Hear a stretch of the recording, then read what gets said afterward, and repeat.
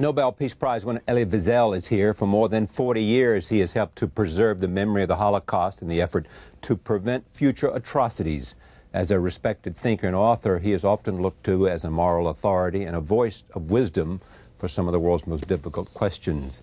With his new book, Conversations with Elie Wiesel, he offers his insight into a range of these issues, including religion and politics, nationalism, and capital punishment.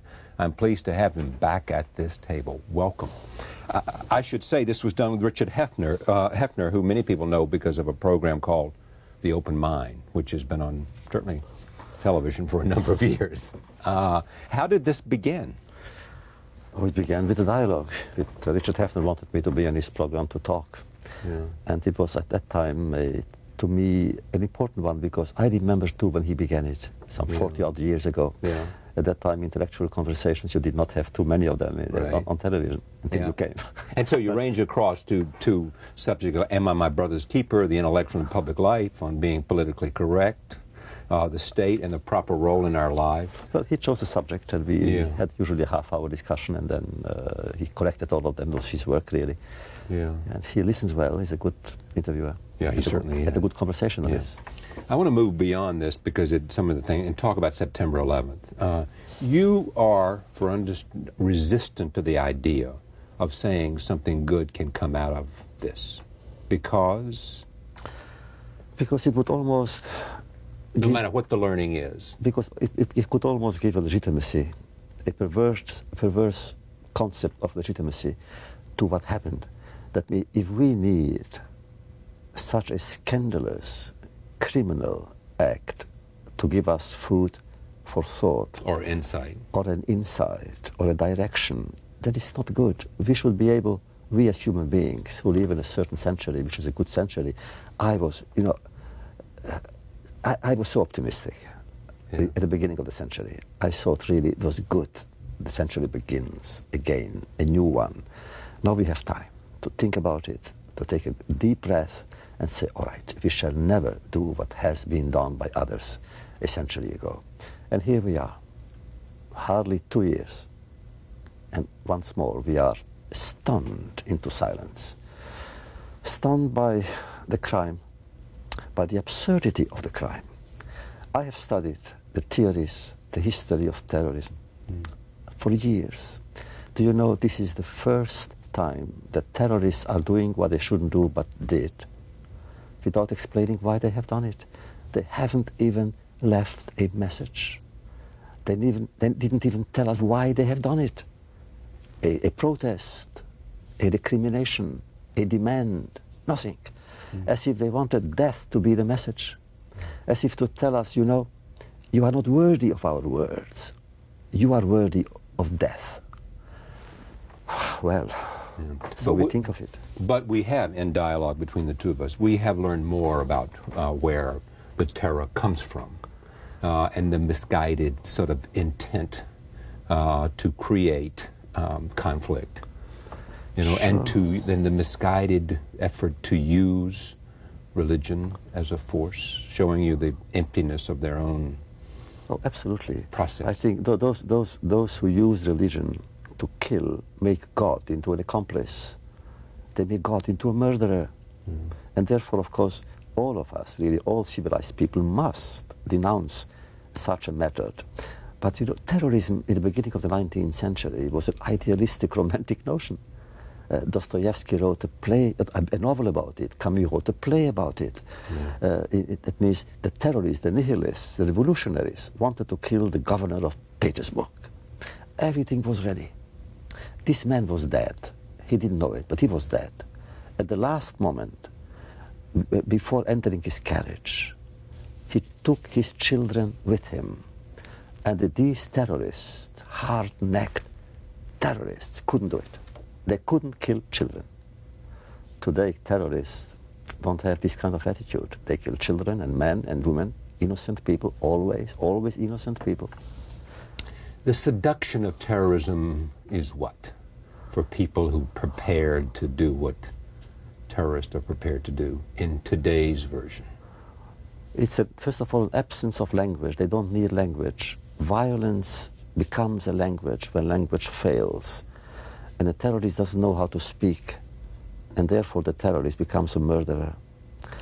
There's a seduction in terrorism. A terrorist feels superior. A terrorist is one who for days or weeks or years, as it happened here in America, goes around with a secret. And to be a bearer of secrets makes that person different. He or she feels that they are better than us, that they know more than us. They have knowledge about us that we don't have. You also participated in an event about writing. You have answered the question before. If you had not lived the life that you have lived, you might have become what? You know, I always think about it, really. What would I have become? I think I would have remained in my little village in Transylvania. Right.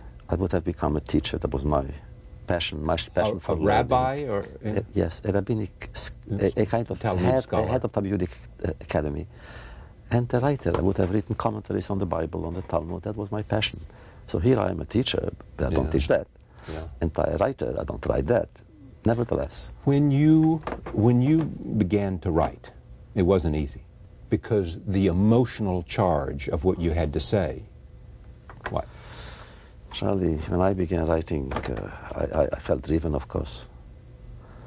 I felt that if I have survived by sheer accident, when I entered that place, I was convinced I would not leave alive. Right. I was sure I would die. And here I am, and there I was, alive. I felt I have to bear witness. And for 10 years I was waiting, because I didn't know what words to use. And today, so many years later, I still don't know the proper words, the right words to use. The right words that transmit the feelings. More than feelings, the whole event. I have read probably every book about that period, written by the killers, by the victims, by the spectators, historians, psychologists. I read and read and read, always hoping, now I'll understand. I don't. I still don't know. How was it possible that a nation that was among the most cultured nations in Europe and the world could have produced such people, such ideas, to kill a people, my people, and beyond it other people as well, but mainly the Jewish people? I don't understand it. I don't understand why the world let it happen. What's the closest thing, what has approached understanding more than anything, any other book you have read? Is there one? Is there two? Is there an author? Is there a... I read documents, and documents occasionally are of such force that I don't sleep that night. Mainly what I read, and I think I come close to the event itself, when I read pages written by children, poems written by children, prayers written by children, children who are almost on their way to the flames. And an hour later, they would be gassed. Why do you think that has so much power? Because it's so... It comes from a heart that hasn't lived a long life. First of all, the innocence. Yeah, innocence. The innocence of children, and also the aborted hope that they represent. In doing what they have done, the killers deprived us of their future, the future of the children. There might have been among the children 1.5 million Jewish children were killed. There might have been among them a great scholar, a great doctor. Somebody would have invented a remedy for AIDS or cancer. Another one would have written a poem so strong that it would have eliminated all possibility of war among people. And here we are, orphaned. From those possibilities. Those promises. Do you believe your body of work, which is incorporated in terms of ideas and conversations with Elie Wiesel, do you believe that it is of value most important because it doesn't offer answers but questions? I'm not sure it offers anything, but questions, surely. I don't have answers. My passion is a passion for learning and teaching And my teaching and my learning really have to do with questions. I teach my students the art of questioning. I have not found any answer yet, except, you know, we spoke about it in the past. Yeah. Immediate answers for certain, for instance, the answers of not to be indifferent, which I always believe that one should not be indifferent.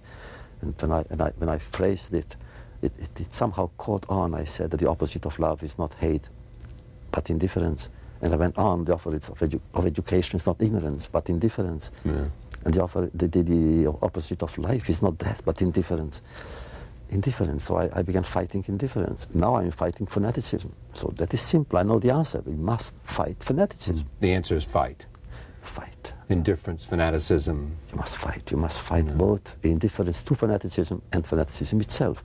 Because a fanatic believes that he has all the answers. He has none of the questions, but all the answers. And woe to me, because I have questions. So I am their enemy.